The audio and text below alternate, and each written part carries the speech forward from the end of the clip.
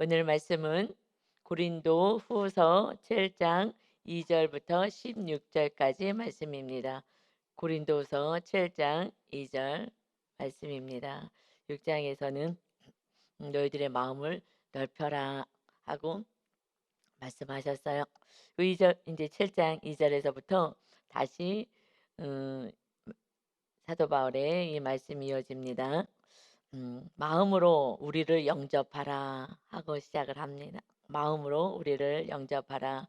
지금 고린도 교회에 이 편지를 지금 보냅니다. 그런데 어, 이 복음이 온전히 들어가려면은 먼저 리더에 대해서 또 목회자에 대해서 이 사도 바울에 대해서 마음으로 그들을 영접해야 그래야지 복음도 같이 영접이 되는 거죠. 그렇기 때문에 먼저 신뢰 관계가 참 중요한 것 같습니다. 그래서 마음으로 우리를 영접하라.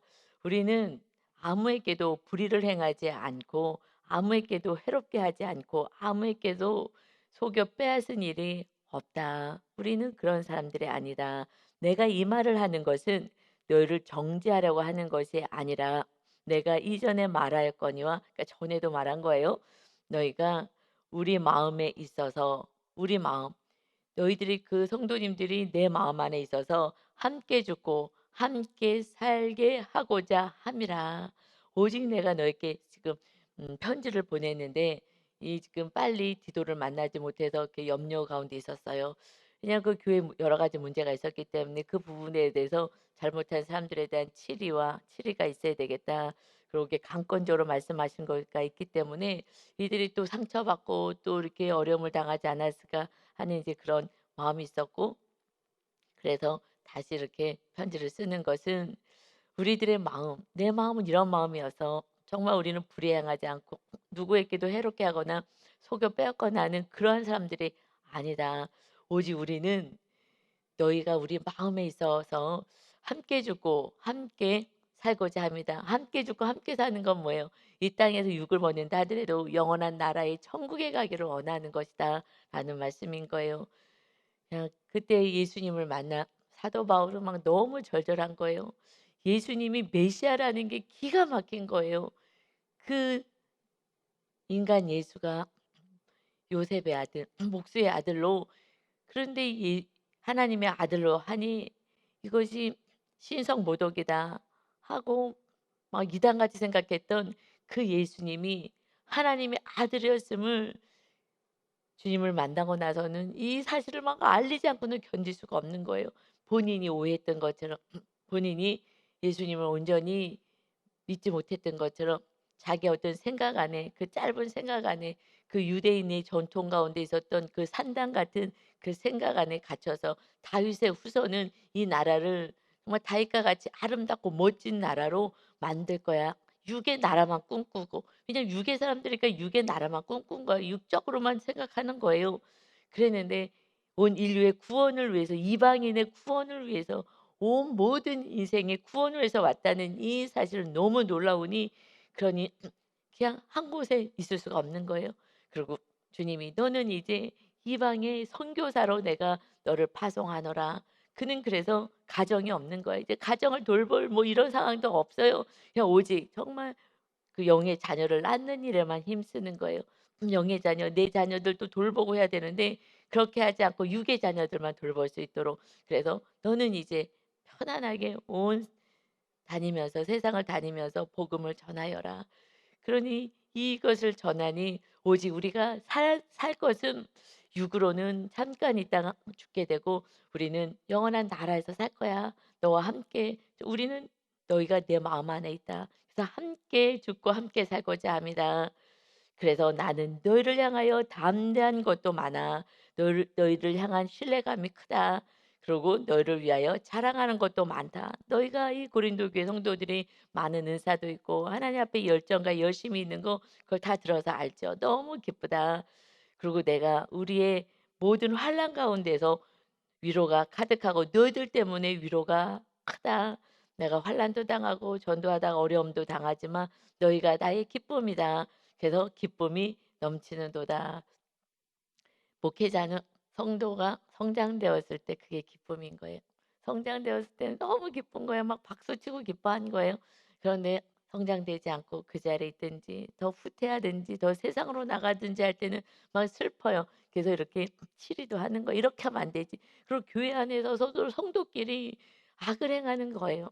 정말 선하지 못한 행동들을 하고 이거는 쉬쉬의 목사님 모르게 목사님은 어떻게 모르게 다 알아요. 정말 안타까움으로 정말 슬픔으로 기도하는 거예요. 하나님 어떻게 하면 좋겠어요? 정말 세상 사람들이 하는 일들을 교회 안에서 그렇게 무리를 져서 하고 있으니 정말 막 탄식이에요. 그것을 위해서 기도하게 되는 거예요. 그러니 사도 바울이 좀 성향이 저는 관계 중심이었다가 바나바 같은 그런 성향이고 사도 바울은 좀 직선적이었거든요. 그러니까 "아닌 건 아니야."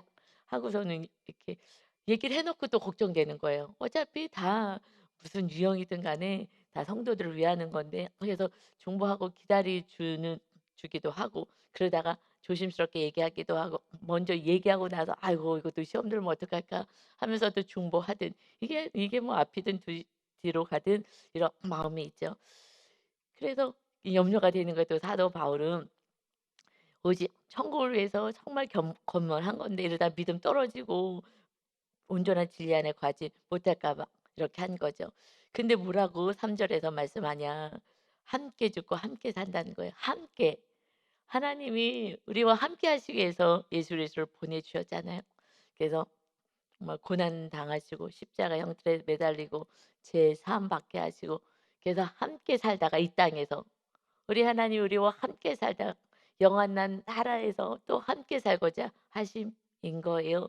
그러듯이 사도 바울도 수많은 고난을 당하는 거예요. 십자가 지고 살다가 그 뜻은 핵심은 너희가 내 안에 있고 내가 너희 안에 있고 나- 사도 바울이 성도들 안에 있다는 것을 말씀으로 있는 거죠. 말씀. 이 말씀이 심겨지고 그래서 우리가 같이 살다가 같이 죽는 거야. 이것은 주님의 마음인 거예요. 주님이 우리에게 요구하는 거는요. 한 가지밖에 없어요. 내가 너와 함께 할 거야. 그래서 너가 우리가 주님을 모실래니 그러니 우리를 깨끗하게 하시고 성령님 주셔서 말씀을 깨닫게 하시고 그래서 말씀대로 살 수 있도록 그래서 진리의 영이신 성령님이 오신 거에 함께 하시겠다고. 그래서 이제 함께 하셔서 주님이 우리와 함께 하시면 무엇을 하는 거예요? 나가서 돈 벌어서 뭐 빌딩 짓고 하는 거를 원하시겠어요? 천국이잖아요. 천국에 가야 돼. 그래서 우리가 예수님을 믿었다. 그러면 그냥 주님을 모시고 천국의 삶을 살다가 그 삶을 이웃들에게 가족들에게 보여주고 그리고 다 손붙잡고 함께 천국에서 사는 거. 이미 우리는 언제 죽어도 상관없는 인생이 되었잖아요. 주님의 은혜로. 그런데 우리가 없으면 어떡하겠냐고요. 그들을 누가 구원하겠냐고요. 누가 이렇게 사도바울같이 요즘 목회자가 정말 내가 생명을 다해서 그 한 영을 구원하려고 하는 목회자가 어디 있어요 요즘. 야 어떻게 하면 이게 그렇게 사건 목사가 많지는 않을 거라고 저는 생각합니다. 그러나 제 안에 보니까 우상, 성공 우상 결국 자기를 위해서 목회를 하는구나. 목회자도 정확히 자기를 내면을 봐서 내가 왜 사역을 하는지 정말 그 한 영혼을 위해서 사역을 하는지 그가 죽음에 이를 것 같으면 내가 생명을 줄 만한 그런 믿음을 가지고 하는지 그렇지 않으면 목회는 하지 말아야 돼요. 사꾼들이 너무 많은 거예요. 그래서 예수님이 말씀하시는 거예요. 요한복음 10장 11절에 나는 선한 목자다. 선한 목자는 양들을 위하여 목숨을 버려. 예수님은 목숨을 버리러 오셨잖아요. 그래서 사꾼은 그러나 사꾼 삭을 받는 자 돈 안 주면 일 안 해. 그래서 전도사들 전화 오면은요. 얼마, 얼마 받느냐. 그 휴가는 어떻게 주느냐. 그냥 세상 사람들이 따지는 것처럼 따지는 거예요. 그러면은 목회하면 안 되는 거예요. 그냥 나가서 돈을 벌어야 되죠. 그래서 예수님이 "삭구는 목자가 아니야 목자가. 양도 제 양이 아니라 이리가 오는 것을 보면 양을 버리고 자기가 살겠다고 도망가. 이리를 쫓아주라고." 그래서 목자를 세워 놨더니 그래서 이리가 양을 물어가고 해치는데 상관이 없어. 왜? 양에게는 관심이 없었거든. 마음이 딴 데 있었거든. 그러니까 목사님들도 정말 내 안에 온전한 성령님이 거하시지 않는다면 주님이 온전히 장악하지 않으신다면 그러면 이 목회는 그냥 사업처럼 하는 거예요. 나의 자랑으로 하는 거예요. 내 성공으로 하는 거고 내 명함 내밀고 하고 목사님들 모이면 성도수부터 얘기해요. 그러고 뭐 자랑하고 내가 이렇게 대접을 받고 이것은 주님의 가르침하고 너무 다른 거거든요. 사실은 그래서 예수님이 요한복음 10 장에 이어서 "내가 내 목숨을 버리는 것은 그것은 내가 다시 얻기 위함이야. 이로 말미암아 아버지께서 나를 사랑하시느니라." 하나님 아버지의 마음은 그냥 우리 자녀들이 잘못될까 봐 이거밖에 관심이 없는데 목자가 양들에게는 관심 없고 돈에만 관심 있고 다른 데 관심 있고 사꾼이에요. 그냥 사꾼이라는 게 돈을 받는다는 거예요. '가짜다.'라는 의미보다 '삭을 받는다.' 삭을 받으니까 돈에 관심 있고 돈이 우상이 되니 그러니 양들에게는 관심이 없는 거예요. 돈에만 관심 있고 그러니 그냥 성도가 돈으로 보일 수가 있다라는 거예요. 그러니까 헌금을 많이 내면 그 성도를 기뻐하고 그 성도를 막 직분자로 세우고 장로로 세우고 돈 갖고 교회는 하는 게 아니라 성령 충만하지만 그 교회는 이미 끝난 거예요. 그래서 주님이 말씀하시는 거예요. 근데 사도 바울 이런 사도 바울 같은 목회자가 이 시대에 많이 있어야 되는데 쉽지가 않죠. 저도 정말 이 건물 하나 세우고 나서 사꾼에서 정말 목자로 바꿔진 것 같아요.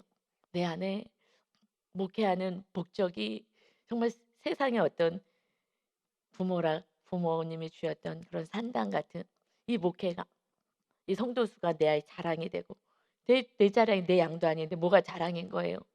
이 한 영혼을 위해서 네가 죽을 수 있느냐. 그래서 주님이 99 100마리 양 가운데 99 마리인데 한 마리가 없어져서 그래서 주님이 한 마리를 찾아다니는 거 달력에 우리 옛날에 그 그림 얼마나 많이 있습니까?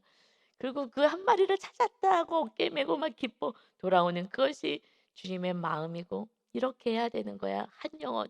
그 영혼에 관심이 없다면 그러면 돈에 관심이 있는 거예요. 목사님도 똑같이 돈에 관심이 있기 때문에 그래서 양에는 관심이 없어요. 여러분 돈을 내려놓지 않으면 성도님도 마찬가지고 목사도 마찬가지고 전도사도 마찬가지고 리더들도 마찬가지고요. 온전한 선한 목자는 될 수 없어요. 그런 선한 목자가 되지 않는다면 그 아래에 있는 양들은요 이리한테 다 물려 뜯기게 되는 거예요.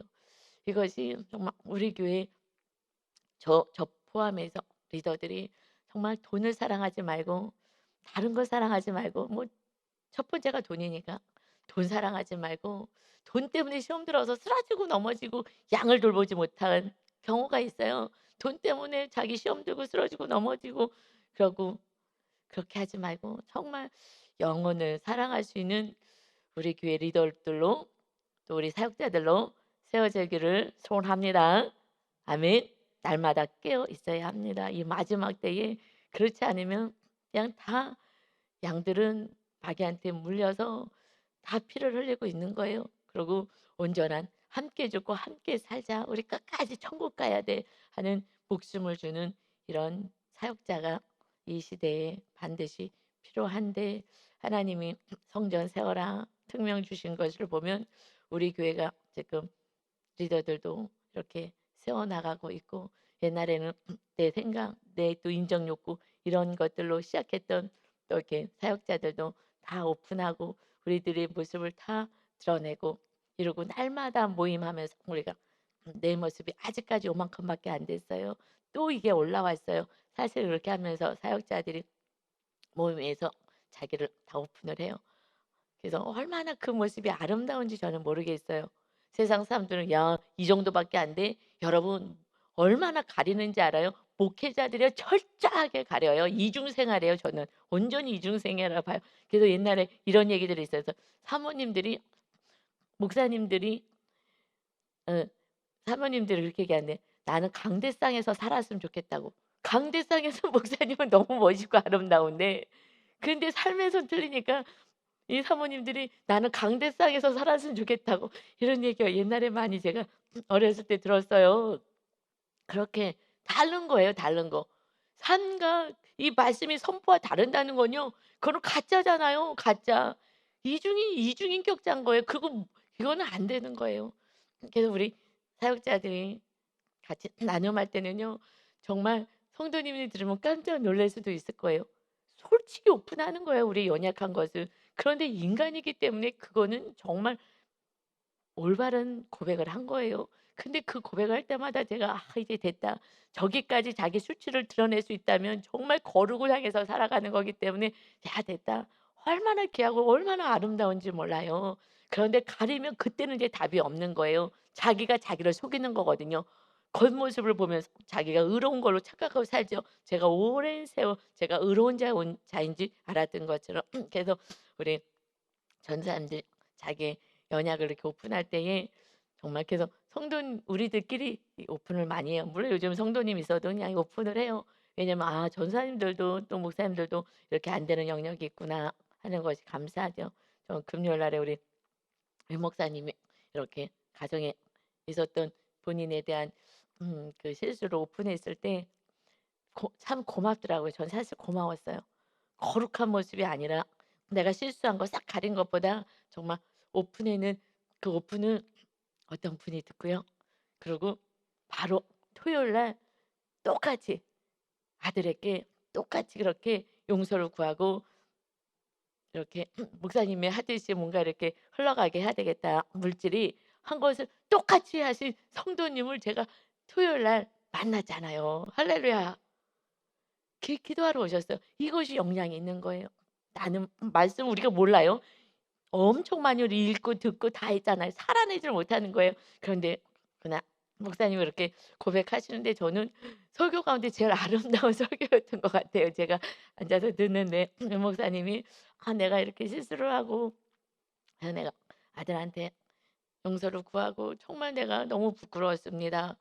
너무 아름답더라고요. 그런데 그 말씀에 은혜를 받고 성도님이 그대로 실천한 거예요. 이것이 중요하죠. 뭐 이렇게 "여러분 이렇게 사세요." 이렇게 본인도 못 사는데 맨날 이렇게 살라 그러면 되겠어요?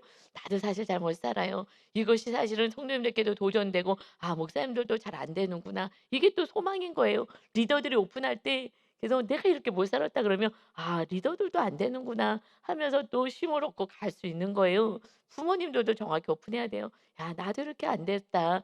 이것이 자녀들에게도 소망이 되고 희망이 되어서 또 올 수 있는 것입니다. 지금 사도 바울이 이렇게 정말 선한 목자가 돼서 생명을 다하여서 주님이 임마누엘 하자. 그래서 하여튼 요번에 현수막이 임마누엘 여러 가지 사실은 크리스마스 성탄절에 관한 현수막을 찾는데 마땅치가 않아요. 근데 전도사님이 이걸 올려주셨어요. 그런데 임마누엘 하나님이 "내가 너와 함께하고 싶어."라는 것을 정말 현수막으로라도 이렇게 우리에게 보내주신 것 같아요. "내가 너와 함께하겠다." 그게 성령님의 전이잖아요. 성령님이 우리 안에 계시겠다고 함께하겠어. 하나님이 함께하시겠다는데 전능자가 함께하시겠다는데 사장님이 나하고 함께하고 팀장님이 나와 함께하고 시장님이 나와 함께하기를 원하는 거예요. 그래서 뭔가 뭐 옆에서 뭔가 잘 될까 싶어 갖고 그들에게 함께하려고 그렇게 애를 쓰잖아요. 어떻게 좀 줄 좀 대 달라고 뭐 시장님을 만나게 하고 도지사를 만나게 하고 뭐 국회의원을 만나게 대통령을 좀 만나게 해 달라고 그러고 아니 그 사람들 아무 힘도 없어요. 별것도 하나도 없어요. 그런데 전능하신 하나님이 함께 하시겠다는데 하나님께는 관심이 없어요. 그러니 우리가 믿음이 있는 것입니까? 주여 하나님이지만은 믿음은 없는 거예요. 함께 하려면 우리가 내 생각을 내려놓아야 하는 줄 믿습니다. 아멘. 그래서 5 절이요. 우리가 이제 사도 바울이 일행과 함께 전도하면서 마게도냐에 이르렀을 때에도 우리 육체가 편하지 못하였고 사방으로 환난을 당하여 밖으로는 다툼이요 안으로는 두려움이었노라. 그 마게도냐까지 갔을 때에 아직 디도에게 편지를 보냈는데 그 고린도 교회 성도님들에 대한 그 소식을 듣지 못한 거예요. 그런데 조금 그 편지가 좀 치리하고 강하게 이렇게 책망하는 말씀이었던 것 같아요. 그것은 기록되어 있지 않아서 잘 모르겠는데 그래서 그렇지만 계속해서 그 전도를 하면서 누가 뭐 잘 받아주겠어요? 예수님에 대해서 전도하는데 이 말도 안 된다 그러고 오히려 박해를 하고 해서 육체가 굉장히 불편하고 편하지 않고 환난을 당하여서 밖으로는 정말 다툼이 있고 맨날 시비가 있고 이렇게 어려웠다. 그런데 안에는 마음에는 두려움이 오노라. 밖에서는 이 밖에 사람들로부터 핍박을 당하고 이런 다툼이 있고 늘 시비가 있고 이것이 참 힘들었는데 육도 힘들었는데 마음도 힘들었다는 거예요. 왜냐하면 너희들 때문에 혹시 시험 들었을까 봐. 이것 때문에 또 시험 들어서 한 영혼이 실족됐을까 봐. 이것이 사실 목회자로서는 정말 굉장히 마음이 아픈 거예요. 한 영혼이 실족되고 믿음에서 떨어지고 또 내가 권면했는데 이것 때문에 상처받았다고 또 교회를 떠나겠다고 했을 때는 정말 '내가 입을 다물 걸 그랬나.' 하는 막 그 안타까움이 굉장히 많아요. 막 자책도 되고 그 영혼을 위해서 한 건데 이 지금 사도 바울이 그게 더 마음이 너무 괴로웠던 거예요. 그래서 편하지 않고 그냥 마음에 정말 두려움, 걱정이 있었다. 그러나 낙심하는 자들을 위로하시는 하나님이 디도가 오므로 우리를 위로해 주셔서 그러니까 누가 위로해 준 거예요? 그 고린도 교회 성도님들을 위로한 것이 아니라 디도가 위로한 것이 아니라 먼저는 하나님이 다 아시고 내 마음을 위로해 주셨다. 우리들의 위로는 온전한 하나님 앞에 나와야지만 위로가 되는 거예요. 사람은 또 고린도 교회 성도님들이 또 이렇게 변화돼서 이 기쁜 소식을 들었다가도 또 그렇지 않아. 또 사도 바울을 뭐 "네가 사도냐? 헌금을 어떻게 썼냐?" 뭐 여러 가지 것들을 가지고 계속 시비를 걸면 또 속상한 거예요. 그래서 우리의 위로는 사람에게 없어요. 여러분 누가 우리를 위로해 주겠어요? 여러분이 정말 믿고 사랑했던 배우자가 제일 뒤돌아서는 거 아니에요. 우리를 제일 힘들게 하는 거 아니겠습니까? 누가 이렇게 위로를 받겠어. 그 목숨을 다해서 키운 자녀들이요. 부모의 마음을 알아주냐고요. 오히려 부모가 뭐 해 줬냐고 할 판인데 그러니 어디서 위로를 받겠어요. 우리의 위로는요. 오직 하나님밖에 없어요. 그러니 사람에게 위로받으려고 하지 마시고 그냥 하나님 앞에 위로받는 자가 되셔야 합니다. 그런데 하여튼 그들이 지금 그래도 이렇게 변화됐다는 말을 들으니 너무 기쁜 거예요. 그래서 그가 온 것뿐 아니라 오직 그가 너에게서 받은 그 위로로 위로하고 너희의 사모함과 애통함과 나를 위하여 열심히 있는 것을 우리에게 보고함으로 나를 더욱 기쁘게 하였느니라. 하나님의 그 위로를 받게 하시고 그리고 너희들이 이렇게 믿음으로 성장하고 있다는 것 이것이 정말 너무 기쁘다. 그러니까 그것을 위로가 아니라 기쁨인 거예요. 자녀들이 성장하는 건 기쁨이고요. 진짜 내 안에 깊은 그 어려움, 정말 억울함 이런 것들은 그냥 하나님이 우리와 함께 하실 때 위로가 되는 거고요. 그다음에 자녀들이 성장했다라는 것은 기쁜 거예요. '아 정말 너무 기쁘다. 너무 기쁘다.' 그래서 자녀가 성장하는 것이 부모가 제일 기쁘잖아요. 믿음이 성장하든 또 공부를 잘하든 뭐 이렇게 성장하는 게 기쁜 거예요. 그러듯이 우리가 가장 기쁜 것은 하나님이 가장 기쁜 것은 공부 잘하고 뭐 돈 많이 벌고 하는 것보다 믿음이 자라서 장성한 분량에 이르는 거. 그래서 하나님과 대화가 되는 거. 마음이 통하는 거. 지금 이들이 어떻게 마음이 통한 거예요? 지금 권면하고 또 말씀을 줬더니 어떻게 해요? 이제 8 절부터 보면 회개를 한 거예요. "그러므로 내가 편지로 너희를 근심하게 한 것을 후회하였다." 이 편지를 내가 너무 세게 썼나? 상처를 줬나? 후회가 되는 거예요. 그러니까 걱정이 된 거죠. 진리를 전하면서도 참 목회자들은 조심스러운 거예요. 이렇게 권면을 했는데 딱 교회를 안 나오면요 정말 마음이 엄청 무겁다고요. 그래서 지금은 후회하지 않는다. 그 편지가 오히려 너희로 잠시만 근심하게 한 줄을 알게 되었다. 잠시 그것 때문에 좀 염려는 있고 화도 나고 속상하고 했겠으나 내가 지금 기뻐함은 너희로 근심하게 한 까닭이 아니요 도리어 너희가 근심함으로 이 편지를 받고 속상하고 근심도 있겠으나 회개함에 이른 까닭이라. 너희가 하나님의 뜻대로 근심하게 된 것은 우리에게서 아무 해도 받지 않게 하려 함이다. 이 편지를 통하여서 잠깐 기뻐해 근심한다 하더라도 이것을 통해서 회개했다라는 거. 그래서 우리가 아무에게도 너희에게 해를 끼치지 않았다는 거. 이것이 너무 기쁘다. 이것이요 정말 말할 때 굉장히 조심스럽게 해요. 저한테 엄청 조심스러운 거예요. 왜냐하면 저는 과거에 상처를 잘 받는 그런 사람이었어요.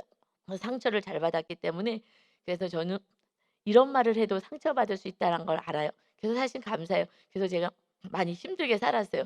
그랬는데 그래도 제가 상처를 많이 받는 사람이었기 때문에 이런 말을 해도 상처받는 것을 알기에 그것 또한 감사한 것 같아요. 그래서 '아유 나도 정말 신경 안 쓰고 할 말 딱딱하고 이렇게 정말 다음에 태어나면 살았으면 좋겠어.' 했었을 때가 있는데 목회자는 그러면 안 되잖아요.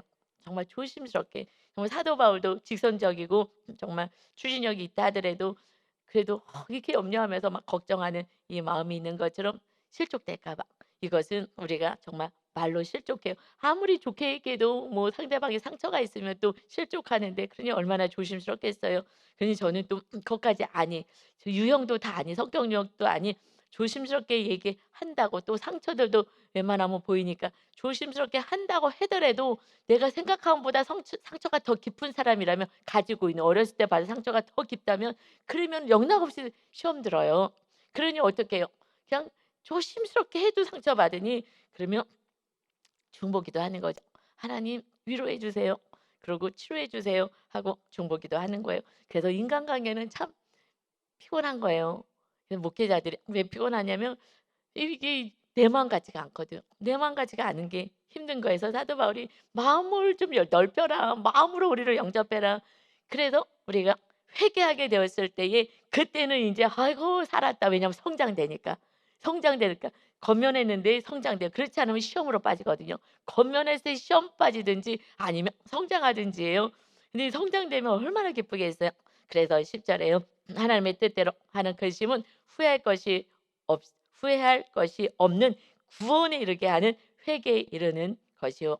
세상 근심은 사망을 이루는 것이다. 세상의 근심은 그냥 사망이에요. 몸도 썩고 다 죽게 되지만 그러나 또 겉면했을 때 이렇게 근심만 하다가 화만 내다가 그러고 실족할 수는 있으나 이것을 겉면의 말씀을 받고 그리고 하나님의 뜻대로 근심하는 거. 내 모습 이런 모습이라고 나 지금 잘 신앙생활 하고 있는데 나한테 내가 믿음이 지금 없다고 이렇게 했을 때 이것을 회개로 나간다면 이것은 구원에 이르게 하는 것이다. 이렇게 됐을 때 정말 하나님과 하나 되고 성령님이 거하시는 그런 하나님과 함께 하시고 또 목회자와 함께하고 말씀과 함께하는 삶을 살아가니 이것이 참으로 기쁜 것입니다. 이렇게 권면한 것은 너희가 그래서 회개해서 성장되게 한 것은 11 절에 보라 하나님의 뜻대로 하게 된 이 근심 내 모습이 이렇다고 하고 나를 보게 되는 이 근심이 너희로 얼마나 간절하게 하며 이제 하나님 앞에 간절하고 열정을 가지게 하며 또 얼마나 변증하게 하며 나에 대해서 내가 이제 의로운 자로서의 삶을 그러니까 의로운 분노를 가지고 이제 내가 바로 살아야 되겠다 하는 삶을 살고 얼마나 분하게 하며 이 분하는 것은 화를 내는 것이 아니라 정말 의로운 분노예요. 의로운 분노. 이거 이렇게 하면 안 되지. 정말 바르게 살아야지. 그러면서 다투는 것이 아니라 이제 너를 향해서는 중보기도 해 주고 '좋은 게 좋은 거지.' 하고서는 그냥 묻혀가는 것이 아니라 또 얼마나 두렵게 하며 정말 하나님을 두렵고 떨림으로 사모하며 얼마나 사모하며 얼마나 열심 있게 하며 얼마나 벌하게 하였는가. 사실은 벌도 주는 거잖아요. 잘못했을 때 책망도 하고 "너희가 이 일에 대하여 일체 너희 자신의 깨끗함을 나타내었느니라." 모든 일에 대해서 이제 악으로 가지 않고 선으로 가게 한 깨끗한 자 거룩함을 갖게 하였다. 결국 그래서 편지를 보낸 거죠. 그래서 권면하는 거예요. 그런데 권면할 때도 예쁘게 좀 잘해야 되겠으나 그러나 나와 상관없이 너는 상처를 받으니 그것은 끝까지 중보기도 해 줘야 되는 거예요. 그래서 권면했을 때 그래서 십자가를 지는 거예요. 그냥 얘기하지 않으면 상관없어요. 그렇지만 성장되지를 않잖아요. 부모가 내 자녀에게만 자꾸 얘기하지 다른 사람에게는 얘기하지 않아요. 다른 자녀들에게 요즘 얘기했다가는요 얻어 터져요 정말. 이 무서운 세상이 되었기 때문에. 그러니 깨끗함, 거룩함을 위해서 거룩해야지 하나님이 함께 하시니까. 거룩해야 하나님이 함께 하시니까 "거룩하라, 거룩하라." 하시는 거예요. 거룩하라 하는 것은 거룩함의 목적은 우리의 인생의 목적이 이제 행복이 아니라 거룩입니다. 거룩해서 뭐 하라고요? 하나님을 모시고 살라는 거예요. "하나님을 함께 살아라." 하나님 모시고 성령님의 전이 된 삶의 뜻대로 살아라. 그래서 거룩함을 위해서 이렇게 권면하는 거예요. 그러니 내 자녀들은 내가 권면해도 호적을 파가지는 않잖아요 그래도. 맨 처음에 듣기 싫다고 전화는 안 할 수는 있어도 그래도 자녀니까 명절 때라도 오니까 그래서 내 자녀는요 내가 해야 되는 거예요. 남들은 이렇게 목회해요. 요즘 목회자들 이렇게 못해. 이렇게 겉면했다가 그냥 다 교회 나가니까. 그리고 7 위는 뭐 더더욱 할 수도 없고요. 그런데 부모는 할 수 있잖아요. 특히나 내 품에 있을 때는요. 뭐 야단도 칠 수 있잖아요. 용돈도 안 줄 수도 있고 돈을 줘야 되는데 용돈도 안 주면서 벌을 할 수도 있잖아요. 그럴 때 내 자녀는 내 품에 있을 때 그래도 뭐 호족파 갖고 자녀가 교회 다니라고 했다고 나가는 경우는 별로 없으니까 자주 오지는 않겠으나 그래도 부모님이 그것을 감당하면서 부모님이 하셔야 되는 거예요. 요즘 목사님들이 얘기할 수도 없고요. 뭐 교회 리더들은 더더욱 할 수도 없어요. 요만큼도 듣기 들은 소리 싫은 소리 듣기 싫어하는데 그래서 교회에 등록을 안 하고 다니잖아요. 큰 교회 다 등록하지 않아. 일하시는 분들도 많지도 않은 거예요. 큰 교회도요. 그냥 소수가 다 하는 거예요. 그래서 등록하지 않고 그래서 큰 교회 다니시는 목사 큰 교회 목사님들이잖아요. 등록하라고. 이렇게 그냥 왔다 갔다 하면 소용없다고 그러는데 그냥 큰 교회 그래서 왔다 갔다 하는 신앙이잖아요. 왜요? 간섭받기 싫은 거예요. 전화 받기도 싫은 거예요. 내 신앙 내가 지킨다고. 근데 못 지키거든요. 그래서 어떻게 해요? 부모가 그냥 죽을 때까지 사실은 이렇게 권면을 해야 되는 거예요, 신앙생활. 이거는 부모의 책임인 거예요. 이것은 그래서 "너와 너 자녀를 위해서 울어라." 이것이 힘든 거예요. 이건 온전히 십자가 지는 거죠. 다른 거 그냥 이웃을 전도하는 거는 그래도 쉬운 거예요. 이웃 전도하는 건 쉬운 거고요. 내 자녀는요 목숨 내려놔야지만 되는 거예요. 거의 생명 내려놓고 가지 않는 이상 말 안 들어요. 그래서 여러분 정말 진짜 사랑하는 영혼들에게 자녀들에게 가족 식구들에게 권면하면 욕 먹거든요. 그냥 감당하세요. 욕 먹고 날 싫어해요. 처음에는 어쩔 수 없어요. 그래도 그 구원을 위해서 나와 함께 죽고 나와 함께 살자. 천국에서 살자. 이것을 애원하면요. 신기하게 성령이며 그 음성이 쟁쟁하게 들린다니까요. 나는 유언 하나밖에 없어. 주님 믿고 천국에 오는 거야. 지옥불에 떨어지면 안 돼 하면서 눈물 흘리고 천국 가시면은요. 자녀들이요. 신기해요. 쟁쟁하게 들리는 음성. 이것은요. 천국 와야 돼. 지옥 가면 안 돼. 이거는 목사님들의 그 선포보다 더욱더 강력한 부모님의 선포가 될 줄 믿습니다. 아멘. 반드시 여러분 정말 마지막엔 아무 얘기도 하지 마세요. 정말 병원에 계시다면 "천국 가자. 예수 믿고 천국 가자. 아니면 지옥이다." 그냥 그 얘기만 하세요. 옛날에는 천국, 불신, 지옥 막 이렇게도 했는데 지금은요 막 그렇게 원색적으로 얘기하면 다 이단이라고 얘기해요. 지금 다 포장해요. 우리 성도님이 그러잖아요. 그 동생은 우리 저기 순복음교회 지성전이 큰 지성전에 다니는데 인제 전도를 해야 되니까 천국 지역으로 동생 교회는 다니지만 그래서 얘기를 했더니 인제 천국 지역 뭐 얘기를 했더니 "요즘 세상에 천국 지옥을 설교를 해?" 이렇게 얘기를 하더라는 거예요. 그 동생이 그래서 목사님 깜짝 놀랐어요. 아니 요즘 세상에 무슨 천국 지옥 설교를 해? 그런 설교를 해? 아니 그 설교를 안 하면은 예수님을 믿을 필요도 없는데 그러니까 지금 모든 게 다 미화되어 가지고 천국과 지옥을 마귀가 못 전하게 하는 거예요. 천국 지옥을. 그럼 뭘 전하는 거예요?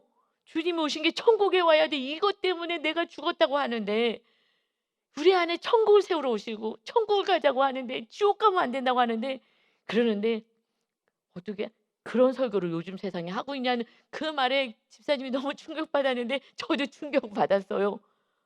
아 이게 무슨 뭐 이렇게 그냥 성령 충만하고 막 이렇게 하는데 지금 엄청 큰 교회인데도 말입니다. 모르겠어요 지금 하여튼. 그러니 여러분 그래서 이제 어머님한테 이제 공략한 어머님도 권사님이시고 그러니까 어머님을 이제 공략해서 어머님이 인제 하게 해야 되겠다. 그래서 이제 동생한테 이렇게 해야 되겠다. 그리고 이제 본인도 하고 이렇게 지금 작전을 짰어요. 왜요? 목사님들이 안 해 주니까. 정확히 안 해 주니까. 그러니까 인제 '안 되겠다.' 하고서는 인제 복음을 정확히 다시 전해야 되겠다라고 이제 권사님 어머니부터 천국 지옥에 대해서 다시 얘기해야 되겠다고 어머님한테 이렇게 인제 얘기하는 걸 들었습니다. 여러분 결국 우리는 예수님 믿는 목적은 천국인데 그냥 교회 다니까 다 천국 간다라고 생각을 하는 거예요. 근데 어저께 말씀 가운데 화목해하지 않은 자 마태복음에서 결탄코 천국에 들어가지 못하리라. 어린아이같이 정말 이렇게 겸손히 말씀을 부여잡고 살아가지 않는다면 결탄코 천국에 갈 수 없어. 그렇지 않고 이렇게 쉽다면은 사도 바울이 목숨을 다하여서 이렇게 전도하지 않고 주님이 이렇게 생명을 다하여서 죽지 않아요. 나는 날마다 죽노라. 내가 전도하고 나서 내가 구원받지 못할까 봐 내가 날마다 죽노라. 뭐요? 세상에 대해서 내 정욕에 대해서 끊임없이 마귀가 주는 그 모든 것에 대해서 세상을 잘라내고 오직 주님이 거하시는 오직 내 안에 주님만 거하신다 라고 고백하는 이 고백. 그래서 성령님의 전이 되어서 오직 주님과 함께하는 정말 안식과 기쁨이 있고 하나님의 인도하심이 있는 오늘도 복된 날 되시기를 예수님의 이름으로 축원합니다. 아멘. 아버지 하나님, 우리가 누군가 권력 있는 자를 찾아갑니다. 문제가 있을 때에 그가 어떻게 도와줄까? 그래서 아버지 정말 이 천안시에서는 시장님은 또 충청도에서는 도지사를 찾아가기를 원하고 국회의원을 찾아가기를 원하고 대통령까지 찾아가서 정말 이 문제가 해결되었으면 좋겠다. 억울하다. 속상하다. 어떻게 할까? 뭔가 힘 있는 사람을 붙잡기를 원해서 그렇게 애쓰며 찾아다닙니다. 전능하시고 창조해 주시고 우리를 이토록 누구보다도 사랑하시는 부모보다도 배우자보다도 어떤 누구보다도 우리에게 생명을 줄 만큼 사랑하시는 능력의 하나님께는 관심이 없고 그 하나님을 모시는 데는 관심이 없고 하나님의 허튼 것을 붙잡고 살아가는 수많은 영혼들이 너무나 많이 있습니다. 우리 성도님들이 정말 그 전능하신 하나님을 부여잡고 주님 안에서 천국을 누리며 우리 가족들에게 천국이 있음을 주님이 내 안에 살아계심을 보여주면서 정말 사랑과 용서와 겸손함과 섬김으로 화목해 하는 자가 되게 하여 주옵소서. 오직 주님과 함께 살다가 주님과 함께 육을 벗고 주님과 함께 영원히 살아갈 수 있는 축복이 우리 성도님들의 가정 안에 온전히 임하게 하여 주옵소서. 감사드리며 예수님의 이름으로 기도하옵나이다. 아멘.